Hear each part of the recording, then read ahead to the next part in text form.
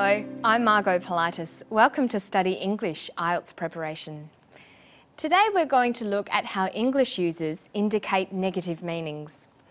One of the ways we can do that is with the word not. And we're going to meet a glass artist talk about his craft. The ancient art of hot glass blowing dates back 5,000 years to the Egyptians. Listen to Mark Douglas, the artist, talking about glass blowing today.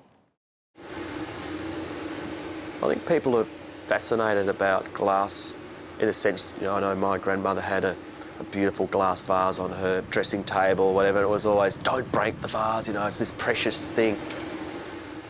The techniques I use for glass making aren't that dissimilar than what has been around for like centuries. When English speakers want to give something a negative meaning, they use negative words such as not, she's not coming, no, there's no music, nobody, nobody saw the crash, nothing, there's nothing to eat, nowhere, he's nowhere to be seen. All these sentences have only one negative. When constructing negative sentences, English only allows one negative. Using two negative words, such as nobody and not, together in a sentence can give the opposite meaning to the one intended. So, for example, I did not see nobody. With this double negative, this literally means I saw somebody. However, watch Mark Douglas again and see how he uses a double negative to give a positive meaning. The techniques I use for glass making aren't that dissimilar than what has been around for like centuries. Mark says the techniques aren't dissimilar. Aren't is a contraction of are and not. So he uses the negative word form not. Dissimilar is made up of the negative prefix dis and the word similar. So he uses not and dis, both negatives, in one phrase. These cancel each other's effect, giving a positive meaning. Look what happens when we leave them both out. The techniques are not dissimilar. The techniques are similar. By saying the techniques are not dissimilar, he is drawing attention to the fact that this may be surprising and not what you might expect. He's saying that it's surprising that the techniques used today are similar to ancient techniques. This idea is reinforced by Mark using the negative word unchanged when talking about the techniques. Listen to how he uses unchanged. So the basic techniques of gathering, blowing glass, putting a bubble into some glass, shaping it, pretty much have been unchanged for a long time. Mark says the basic techniques of blowing glass have been unchanged for a long time. He does not say the techniques are the same. He chooses a negative to draw attention or emphasise that something has not changed. Let's try another example. The student was not unhappy with her test score. Cancel out the negatives, not and un, and you have the student was happy with her test score. The two negatives cancel each other out, leaving a positive statement. However, not unhappy is not the same as happy. The student may not have received an excellent score, but she didn't receive a bad one either. The student is not happy, but not unhappy either. So this sentence expresses a subtly different perspective and attitude than the simple positive statement, the student was happy.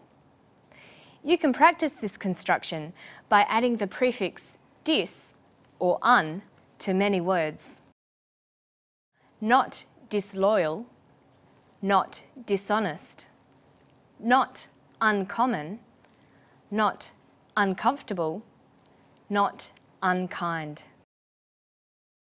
Before you know it, it will not be unusual for you to use negative expressions. In part 3 of the IELTS speaking test, you'll be discussing something linked to the topic you spoke about earlier in the interview. Let's focus on the features of a good response to part 3. You'll be expected to use more complex language because of the diverse tasks. You could be describing something, speculating, suggesting, stating an opinion, comparing, contrasting, or explaining. Let's imagine Mark Douglas is participating in the third part of the interview. Earlier, we heard Mark talking about glass blowing as an art form. As a follow-on question from part 2, the examiner could ask, for example, do you think some countries value glass art differently? Let's listen to how Mark answers this question. I think Australians' perception of glass is a lot different than European or American. Like Europeans, because they've had Venetian glass around for a long time, they tend to appreciate how hard it is to make glass or the value of it. Australian people tend to look at whether it's mass-produced and then sit it next to a piece of art glass and can't really see the difference in it that much. Okay, it's not as if it's sort of money of it. I think it's just a psyche of collecting, which I don't think Australian people have that passion as much as European or American people. In response to this type of question, you'd be expected to state your opinion about people's perception and appreciation of glass art. Did you notice the words he uses when giving his opinion? He says, I think Australians' perception of glass is a lot different. I think it's just a psyche of collecting. I don't think Australian people have that passion. Europeans tend to appreciate how hard it is. Australians tend to look at whether it's mass-produced. It's clear from his word choices that he is expressing his own views.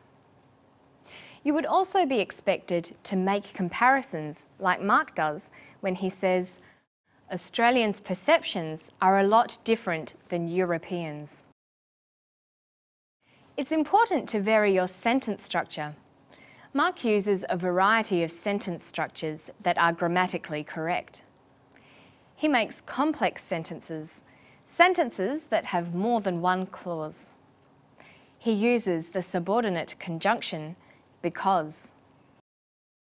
I think Australians' perception of glass is a lot different than European because they've had Venetian glass around for a long time. He also uses the coordinate conjunction, or. They tend to appreciate how hard it is to make glass or the value of it. Mark's speech flows smoothly because he uses contractions. He says, they've had Venetian glass. It's mass-produced. Can't really see the difference. And it's just a psyche of collecting. How would you assess Mark's response to the question? I think his answer was relevant and effective. He demonstrated good grammatical range and accuracy. He spoke at a good pace and he used clear pronunciation. These are all goals you should aim for too. To find more information and tips for your IELTS test, just visit our website at abcasiapacific.com/study English. That's all for today.